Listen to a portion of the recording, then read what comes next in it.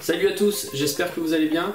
Merci de me rejoindre pour cette nouvelle vidéo. Aujourd'hui, on fait un point sur l'avancement de mon mock Harry Potter, à savoir la modification du grand hall de Poudlard. Alors je sais que c'est une vidéo que certains d'entre vous attendaient de voir avec impatience, mais je suis vraiment désolé d'avoir mis tant de temps à la sortir. J'avais déjà eu dans un premier temps quelques petits problèmes pour trouver des solutions par rapport au mock, des problèmes techniques. J'arrivais pas à savoir comment fixer certaines pièces. Ça m'a pris quand même pas mal de temps, plus que ce que je ne pensais. Ensuite, après les travaux de la salle de bain qui ont fait que mon studio était complètement inexploitable, et puis au final, toujours plein de trucs qui se rajoutent, et puis je prends jamais le temps de le faire. Donc là, c'est bon, je prends le temps de vous présenter ce que j'ai fait, sachant que dans ma vision des choses, il me reste encore beaucoup à faire. Donc si à chaque fois, ça doit prendre autant de temps pour que je vous présente chaque avancement, on y est encore dans 4 ans. Et j'ai plein d'autres projets en tête aussi sur d'autres thèmes. Donc voilà, faut que j'arrête de laisser traîner les choses. Donc on attaque tout de suite. Il est sur le bureau. J'ai plus qu'à prendre mon portable et mon petit Steadicam et je vous montre tout ça de plus près. Il n'y a plus qu'à, c'est parti.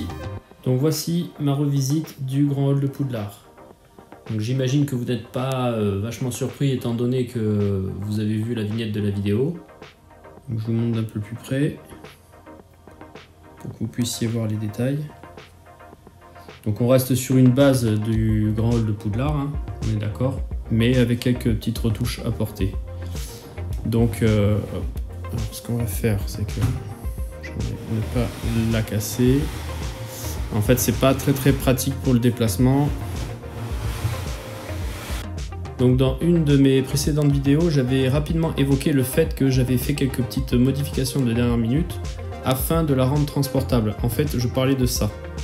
Si j'arrive à le défaire d'une main, voilà, j'ai fait en sorte de pouvoir décrocher la tour parce que elle tenait pas super bien et j'avais vraiment peur de casser mon travail, tout mon travail, surtout que je l'ai pas sauvegardé comme je disais dans le studio.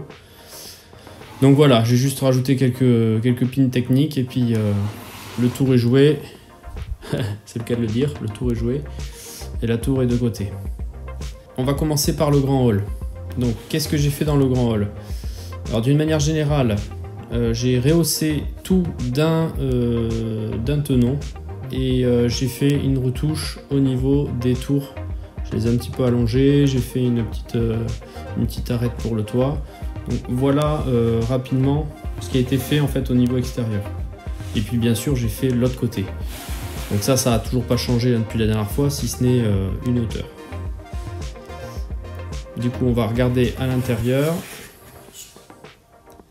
Alors, qu'est-ce qui se passe de beau à l'intérieur?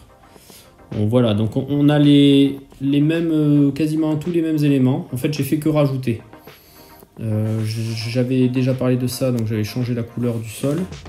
J'avais rajouté des chandelles, rajouté des drapeaux. Donc voilà, c'est vraiment juste de la décoration que j'ai rajouté en plus. Quelques petits éléments, donc là, alerte spoil, quelques petits éléments du calendrier de l'Avent. Alors après, vu que j'avais le set du grand hall en 3 fois, je crois, je me suis retrouvé avec donc plein de personnages Serpentard et Poufsouffle en plus. Du coup, je nous ai mis Cédric Diggory. J'ai récupéré une tête et une chevelure que j'ai mis sur un corps Poufsouffle, je vais y arriver. Ensuite, j'ai repris les 2 personnages de Serpentard qui sont dans le set du Quidditch. Du coup, j'ai collé les têtes pareil sur des corps de Serpentard. Comme ça, ça me fait plein d'élèves. Là où j'avais dû cogiter un petit peu donc pour cette partie-là, c'était surtout au niveau de la tour ici, qui était à la base maintenue de ce côté-là. Et là, il a fallu que je la positionne au centre. Donc il a fallu que je trouve comment faire passer une plate, la maintenir pour qu'on puisse un petit peu appuyer dessus. Et le tout en faisant en sorte que ça et celle de l'autre côté puisse passer dessous sans que ça gêne. Donc voilà, c'est là où il a fallu que je me creuse un petit peu la tête. Bon, du coup je vais remettre la tour parce que ce qui m'intéressait au-delà d'avoir la tour et le grand hall fermé, pour que ça fasse esthétiquement que ça fasse joli. Je voulais également que ça puisse rester jouable. Je trouvais ça important. Pour ce qui est du panneau ici, bon voilà, on est obligé de le sortir. J'avais pas voulu le mettre sur charnière parce que du coup ça gâchait. Je trouve que c'est pour l'expérience de jeu, c'était pas top. Donc j'ai préféré me rabattre sur un panneau qu'on défait. Et ensuite, il ne reste plus qu'à ouvrir la tour.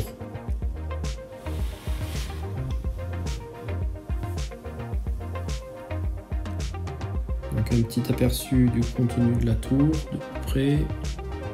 On va rabattre les escaliers après. D'ailleurs, les escaliers, pourquoi j'en ai mis autant? Donc c'est vraiment pour recréer l'ambiance qu'il y avait dans la scène où les escaliers n'arrêtent pas d'en faire qu'à leur tête. Alors, oui, j'aurais pu construire des escaliers, on va dire, un peu plus réalistes, des escaliers droits. On a pu voir d'ailleurs sur les réseaux sociaux, une personne qui avait fait un diorama où l'escalier, on le voyait, il était automatisé, quoi, il bougeait, donc c'est vrai que c'était du plus bel effet. Mais là, en fait, il n'y aurait pas eu la place de mettre ces escaliers et de pouvoir fermer la tour. Sinon, j'aurais vraiment fait des escaliers différemment, quoi. J'aurais pas laissé des colimaçons comme ça. J'aurais fait en sorte que ce soit des escaliers couleur pierre et puis qu'on puisse les faire basculer à 90 degrés. Mais là, bon, je me suis contenté de cela. Alors après, j'ai longuement hésité à les laisser parce que l'inconvénient, c'est que, ça m'empêche de mettre les décorations que je veux à l'intérieur. Et de deux, ça gâche un petit peu la vue. On voit pas vraiment ce qui se passe derrière les escaliers. Donc là, pour vous montrer, je vais les ranger. Et c'est vrai qu'en fait, on voit pas très bien ce qu'il y a, quoi. Donc au rez-de-chaussée, en fait, derrière, il y a juste la porte. Hein. J'ai pas mis de décoration. Voilà, je vais le remettre comme ça. Ensuite, au premier étage, il y a juste un petit chaudron. Chaudron qui était d'ailleurs dans le set du grand hall d'origine. Donc je l'ai laissé. Ensuite ici, on a des salles on pourrait appeler ça des salles de potions, salles de cours, ou une réserve. Enfin voilà, c'est de la petite déco comme ça. Et ici, on a un coffre avec rien dedans. Voilà, vu que c'est derrière, je n'ai pas non plus fait trop, sachant que voilà, ça n'allait pas être visible. Donc j'ai mis des petits personnages en scène pour vous montrer un petit peu ce que ça donne, le rendu. Donc on a Rusard et Malfoy. On a ensuite Suzanne qui fait visiblement qui s'entraîne, qui essaie de jeter des sorts. On a Hermione Granger qui révise. Ensuite on a le professeur Flitwick. Puis on a Harry devant le miroir magique. Ensuite les fondations, la charpente on va dire. Et au-dessus les hiboux avec de quoi écrire. Donc ce que je vous disais là, maintenant que j'ai mis les personnages, je peux plus fermer. Si je force, ça va les pousser, ça va tout casser.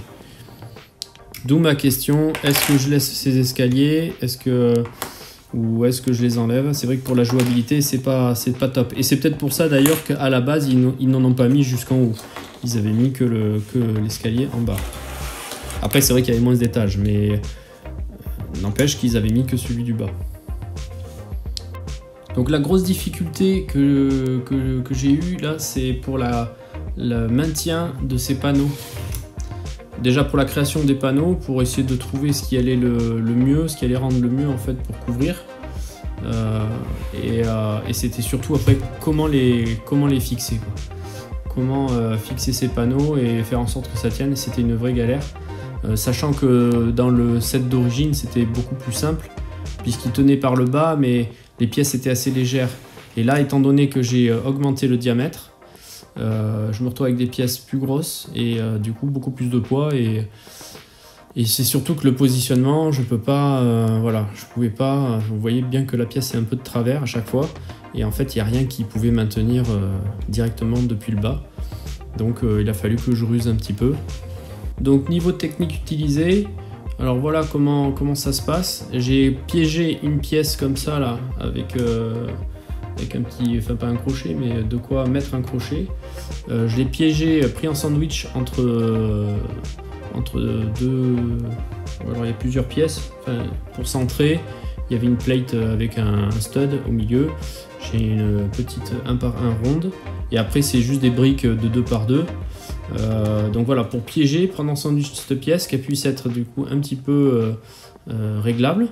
Et ensuite, sur mon panneau, voilà, j'ai tout simplement un crochet qui attend. L'autre difficulté rencontrée également, c'est pour représenter cet épaulement via des petites pièces. Là, j'ai quand même pas mal galéré aussi, testé tout plein de choses. Donc, bon, de près, c'est pas terrible non plus, mais globalement, le rendu est là. D'ailleurs, un petit peu. Et alors ici, c'est pareil, c'est un peu tordu comme système. C'est surtout très très fragile en fait. Voilà, c'est juste une pièce comme ça, là, un ensemble de pièces.